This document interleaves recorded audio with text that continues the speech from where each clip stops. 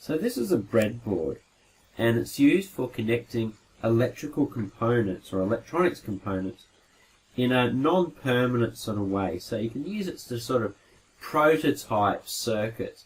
In other words, that means sort of play around with circuits until you get them right. So if I turn this over, you can see that we've got these metal strips that run down each of these rows. I'll turn it back over.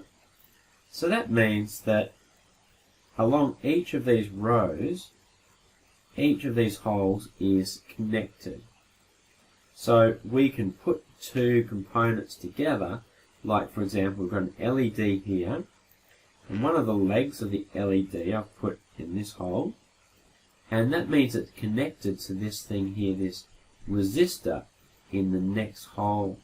So it allows me to be able to make a connection without having to do anything like soldering or anything more permanent that's going to damage our components. I'm going to show you how to make a simple circuit now. Here's a bigger breadboard. It's exactly the same in that these vertical rows here are connected, and also going across this way we've got the red one and the blue one. They're also connected. So the red's for the positive and the blue is for the negative. So along this way they're also connected. Right, so I'm going to show you how to make a simple circuit to light one LED. So we've got our battery clip. Now I'm not actually going to put the battery on it until we're ready to actually test the circuit, because I don't want electricity through the circuit until we're ready. But the red one is the positive, so I'm going to put that here in the positive component, the positive rail of our breadboard. Next thing we're going to do is I'm going to put this little resistor.